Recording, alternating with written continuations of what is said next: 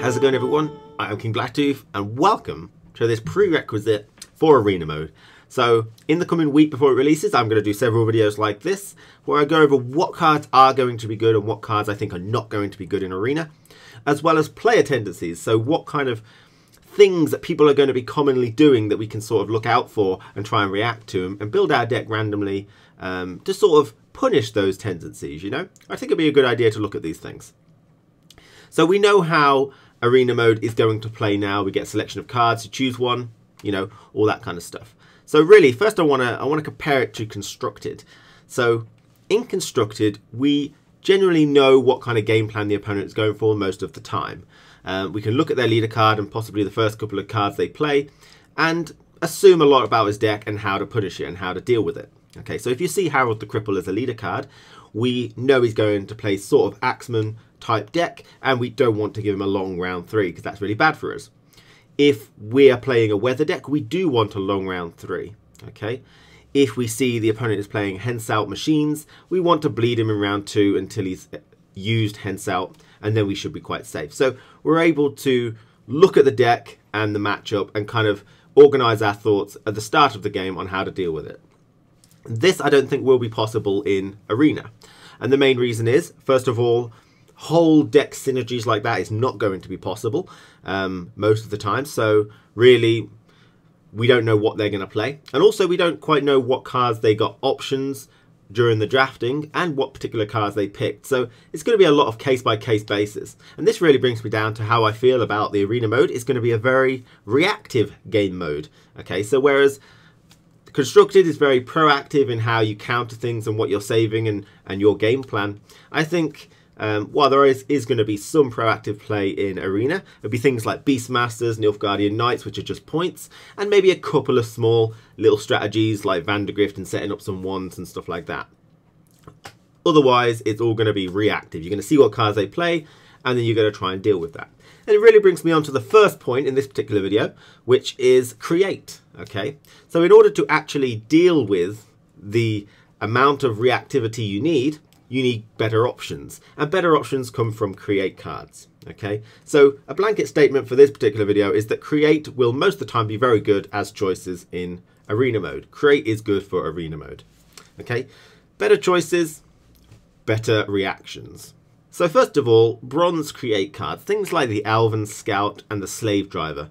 These are going to be very common picks in Arena mode when you get them as an option. They're just good value. You know, it's 2 bodies, which is good, decoyable, resurrectable in some cases. You get an element of choice and especially opportunistic element. So if you play a Slave Driver at a certain point, you might get an option of something which is going to be really beneficial. Same with the Elven Scout. Okay, so you can get an element of opportunistic choice there.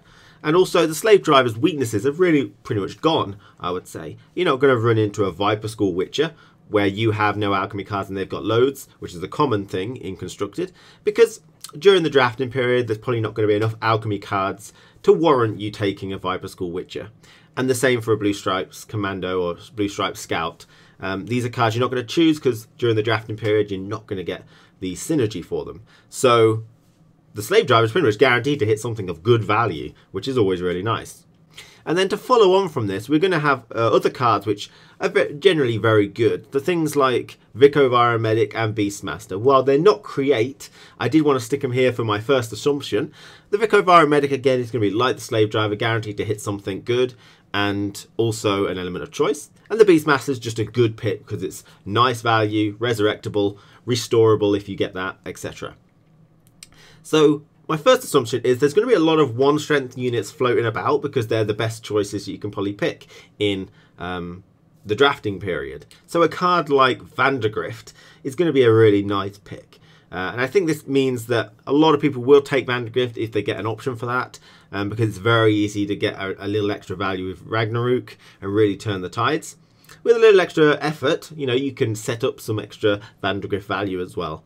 So it might mean that we'd have to play a little differently, maybe put all our ones on a different row, which is not something you normally do in Constructed, because not many people have Vandergrift. Even if they're Northern Realms, they don't have it. But in the Arena mode, it's more likely it will happen.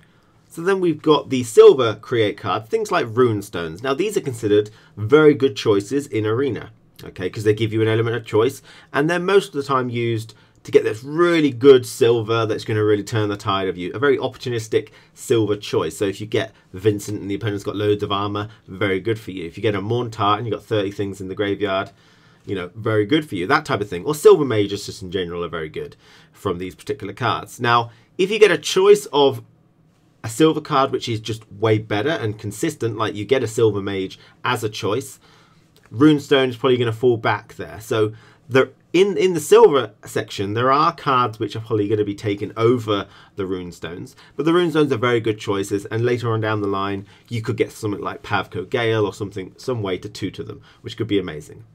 Every single silver create card is situational on whether you choose it, and it really comes down to this thing, and this goes for the entirety of create, and I will be doing videos for this, so look out for those. It's about knowing your options from a particular create card, okay, and your odds of those particular options. So some create cards are going to be better than others because they're more likely to give you something amazing. Now obviously, just off the top of my head, you've got the Scoia'tael runestone. I don't consider it a very good one to choose, and possibly, you know, it's definitely a lot more specific, because if you don't have any dwarfs, then Barclay Owls and Paulie are already dead. If you don't have any Scoia'tael units, then Hattori is dead. You can get Alien, which is 6 strength. You can get Elias, which is 10 strength, does nothing. You know, pretty abysmal choices there if you don't have any dwarfs or Scoia'tael of 3 strength or less. Then you've got Toraville, Malena and Morin. While they're decent cards, they're not really tide turning cards. They're not going to be amazing. They're not really going to, you know, push you forward a lot. So, you know, there's a lot of lackluster choices there. Whereas from the Northern Realms runestone, off the top of my head, I've got Reinforcement and Prince Dennis as options there, which could be really fun. So, you know, each create card is going to have its own benefits and its own options and its own amazing choices that you want to go for a lot. And I will do videos analysing these create cards in the very near future, where we might find out that the Nilfgaard runestone has got very good options a lot of the time, so it's a really good one to take. Or we might find out that the Mahakam Horn is a very terrible one to take, because the options are always reliant on dwarfs. So, you know, we've also got other ones like Ornamental Sword, Dorigari, and we just need to expand and have a look and analyse, which I'll be doing in the future, what kind of options come from those, to how situational they are or how useful they are in most broad terms. And finally, for our gold creates, things like Uma, Agora and Kian. Good cards, you know, that will give you a lot of element of choice. However, as we move from bronze to silver to gold, it gets increasingly more risky to take these cards over consistent cards. You know, taking a Slave Driver and taking an Elven Scout, they're good choices. I mean, they'll probably be the best choices you get.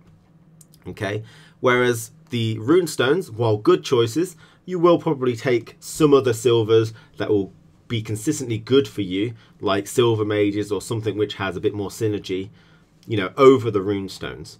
Okay, unless you've got possibly a tutor for it, like Pavco Gale already. And as you get into the golds, Uma is a good card because it gives you a lot of choice, but you can also get some dead ones like Isengrim with no ambush, Bloody Baron with no, you know, round 3 Bloody Baron, that type of thing. But if you get an option of Geralt Igni or Coral, they're probably better choices because they're consistently good. Okay, so Uma, Agora, Kian, very good cards, especially Kian because he gives you a tutorable choice as well as a create choice, which is nice. But again, it really comes down to knowing what particular card you can get from each of these creates and the percentage of getting the really good ones. And so by extension of this, we've got cards that are not create but give us a lot of choice. Things like Kira Metz, a great example. Okay, she's got a Thunderbolt potion, she's got an Owlsaw's Thunder, really nice choices. And it really brings me on to my next video that we're going to do, which is engine cards. How good are engine cards in arena mode? Okay, so we're going to be talking about what particular engine cards there are to give you awareness of all the engine cards you could choose, which are good ones to choose, and what is the damage you will need in order to deal with engine cards on a whole as a broad term across arena mode. And I think it's going to be a very important video next, so please tune in for that. Thank you for watching this one, and I hope you enjoyed it. Let me know. Give me feedback, please. Take care, and I'll see you again very soon.